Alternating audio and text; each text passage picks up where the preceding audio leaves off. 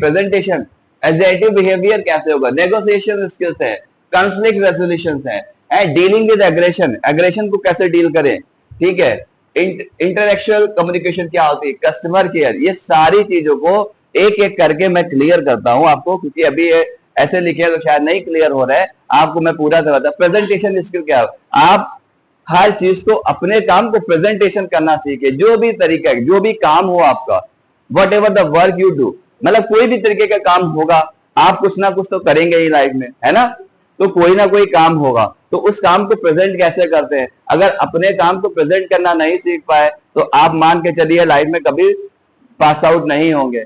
तो ये इंपॉर्टेंट है जो आपको सीखना है। इंटरव्यू देने गए, खुद को प्रेजेंट नहीं कर पा रहे तो क्या होगा, मिलेगा नहीं मिलेगा, नहीं मिलेगा, डेफिनेटली मान के चलिए। अगर आप खुद को रिप्रेजेंट नहीं कर पा रहे तो आप उनकी कंपनी को कैसे रिप्रेजेंट करेंगे, आप उस चीज को, सेक्टर को कैसे रिप्रेजेंट करेंगे जहां पे आपको काम करना है। तो ये सब चीजें, एसर्टिव बिहेवियर, मुखर बिहेवियर होना चाहिए, कॉन्फिडेंट आपकी जो है जुबान से नजर आना चाहिए। अब पता है शाइनेस में छुपे बैठे, कोई सामने वाला सवाल पूछ रहा है, आप ऐसे ऐसे झाग रहे, नीचे दिमाग ऐसे करें ऐसे करें, ये सब चीजें बहुत इंपॉर्टेंट है। आपका बिहेवियर बिल्कुल, नेगोशिएशन स्किल, बातचीत करने का कौशल, the way how to communicate to others, ये आपको सीखना पड़ेगा। देखिए माँ की कोख से कोई नहीं सीख के आता, each and everything the person, these are skills, और ये सीखे जाते हैं, ठीक है, इस पर काम किया जाता है, ठीक है, और ये सब सीखे जाते हैं। कॉन्फ्लिक्ट रेजोल्यूशन, संघर्ष समाधान, एक संघर्ष आपके अंदर चल रहा है, उसका समाधान आप ही को ढूंढना है, ठीक है, हर चीजों के बीच में एक संघर्ष चल रहा है, अब आप जीतते हैं उसमें या हारते ही आपके ऊपर डिसाइड करेगा, तो ये आपको अंदर से आना चाहिए। तो ये चीजें आपको क्लियरिफाई होनी है। डीलिंग विद एग्रेशन, लोग आक्रामक हो जाते हैं आपके सामने आएंगे, अगर आप उनसे कोई भी बात कहो, आप अगर कस्टमर केयर पे बैठे हुए हो तो ठीक है, वो ऐसा समझते जैसा इनको हमने खरीद लिया है।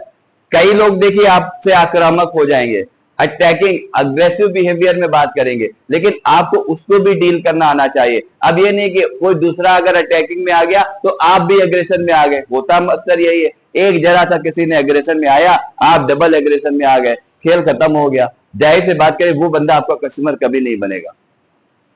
वो जाके सेम चीज की उसको जरूरत है, वो दूसरी दुकान पे ले लेगा, वो दूसरी जगह पे चला जाएगा, वो दूसरी जगह कर लेगा, आपके साथ नहीं करेगा। महंगा खरीद लेगा, महंगी जगह पे पढ़ लेगा, आपके पास नहीं जाएगा। क्योंकि क्या हो जाता है, जब एग्रेशन टकरा जाते हैं तो ईगो सामने आ जाती है।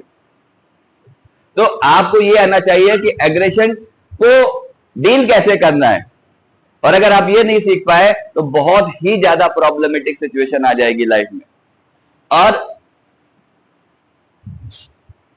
इंटरकल्चरल कम्युनिकेशन, ये संस्कृति अलग अलग की है, आप कहीं और से आए हो, दूसरा बंदा कहीं और से आया है, कस्टमर कहीं और से आया है, तो आपको क्या होगा, कम्युनिकेशन डिफरेंट। इंडिया में कहा भी जाता है 10 किलोमीटर जाने पे बिहेवियर बदल जाता है, 10 किलोमीटर जाने पे लैंग्वेज बदल जाती है। तो उनकी लैंग्वेज को समझना, उनकी लैंग्वेज में बात करना। अब हम ऐसे बात करते हैं, बट अब अगर समझ करिए हमारे पास कोई आता है और वो कहता है भैया ऐसा हो पाएगा, तो हम कहते हैं हाँ भैया हो जाएगा ऐसा, ठीक है, हम करा देंगे तुम्हारा, ठीक है। I change my communication skill. Communication ये नहीं है कि मुझे इंग्लिश में ही बात करनी, कम्युनिकेशन बेटर ये है कि सामने वाले को पढ़ना आना चाहिए।